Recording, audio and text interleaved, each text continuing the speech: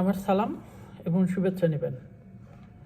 দেখুন, আমরা নিজেদের অবস্থান থেকে বাংলাদেশকে ভারত এবং পাকিস্তান বানাচ্ছে।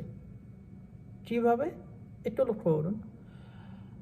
আমরা যখন ফেসবুকে যাচ্ছি অথবা অন্যান্য সোশ্যাল যেসব মিডিয়া আছে সেসব জায়গায় যাচ্ছি, দেখতেছি আমরা নিজেরাই উর্দুতে অথবা হিন্দিতে সেসব জায়গায় পোস্টও করতেছি, হিন্দি মিউজিক ব্যবহার করতেছি, অথচ ভিডিওটা আমার নিজের, ভিডিওটা আমার দেশ নিয়ে। কেন ভাই?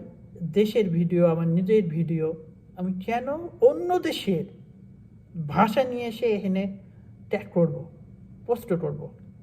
আমার নিজের কি কোনো বাংলাদেশি মিউজিক নাই? হাজার হাজার লাখ লাখ মিউজিক আছে যেগুলো খুবই সুন্দর, শ্রুতিমধুর এবং প্রাণবন্ত হয়। অনেক কষ্ট করে ভারতকে আমরা বিদায় দিলাম,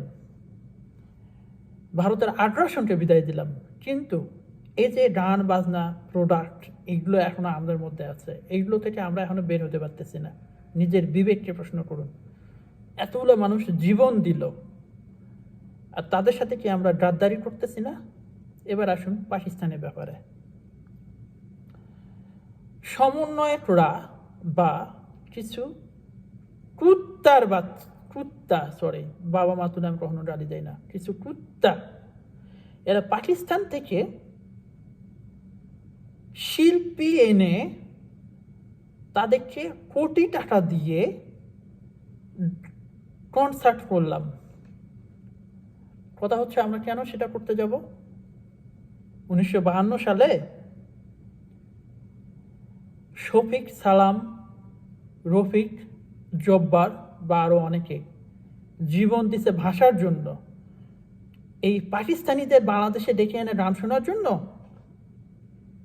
ভারতীয় শিল্পীদের বাংলাদেশে ডেকে এনে তাদের গান শোনার জন্য। একটা ভিডিও দেখলাম তামিম ইকবালের, সে ওই হারামজাদা তামিম, সে উর্দুতে কথা বলতেছে কি আফ্রিদির সঙ্গে, সেইটা আবার ফেসবুকে পোস্ট করছে। তামিমের লজ্জা থাকা উচিত, সে একটা বাংলাদেশের আইডল, সে কেন ইংলিশে আফ্রিদির সাথে কথা বললো না? আরেকটা ভিডিও দেখলাম 71 টিভি, সম্ভবত আফ্রিদি না কার কোন একটা লোকের, উর্দুতে সাক্ষাৎকার নিল, এবং সেইটা আবার হচ্ছে বাংলাদেশের আপামর জনসাধারণ দেখলো। এর চেয়ে লজ্জা আমাদের কি থাকা উচিত? হ্যাঁ, এটা ঠিক, পাকিস্তানের সাথে আমাদের বাণিজ্যিক, সামরিক সব ধরনের সম্পর্ক জোরদার করতে হবে ইন্ডিয়াকে বাঁশ দেওয়ার জন্য, ইন্ডিয়ার আগ্রাসন থেকে রক্ষা পাওয়ার জন্য। পাকিস্তানের সাথে, চীনের সাথে আমাদের সম্পর্ক জোরদার করতে হবে, এটার কোনো বিকল্প নাই। কিন্তু তাই বলে এই নয় যে ফেসবুকে আমরা পোস্ট করব উর্দুতে অথবা হিন্দিতে, তার মানে এই নয় যে আমরা পাকিস্তানি বা ইন্ডিয়ান খেলোয়াড়দের সাথে হিন্দিতে অথবা উর্দুতে কথা বলবো। তার মানে এই নয় যে ওইসব দেশের শিল্পীদের এই দেশে ডেকে এনে তাদের ভাষায় গান শুনবো, আর আমার সাদা মূলা মার্কা সাদা মূলাই বলবো। কিছু এই জেনারেশনে কিছু সাদা মূলা আছে, তারা তাদের হিন্দি এবং উর্দু গান শুনে নিজেদেরকে লাফাবে এবং কোটি কোটি টাকা তাদের হাতে আমরা উঠাই দেব। আসলে আমরা প্রচণ্ড রকমের একটা বেহেয়া এবং নির্লজ্জ জাতি।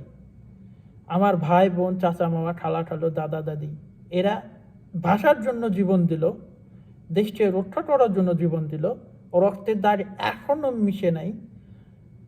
সেই শত্রুদের ডেকে এনে আমরা তাদের ভাষা চর্চা করতেছি। লজ্জা থাকা উচিত, নিজের বিবেককে জিজ্ঞেস করুন। সমন্বয়ক এবং ইন্টারিম গভর্নমেন্টকে বলতেছি, নিজস্ব সংস্কৃতি ধারণ করুন, এবং যারা অপসংস্কৃতি বা অন্য দেশের সংস্কৃতি প্রচারণার জন্য ব্যস্ত হয়ে পড়ছে তাদের বিরুদ্ধে ব্যবস্থা নিন।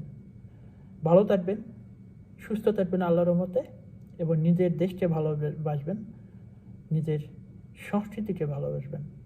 আসসালামু আলাইকুম।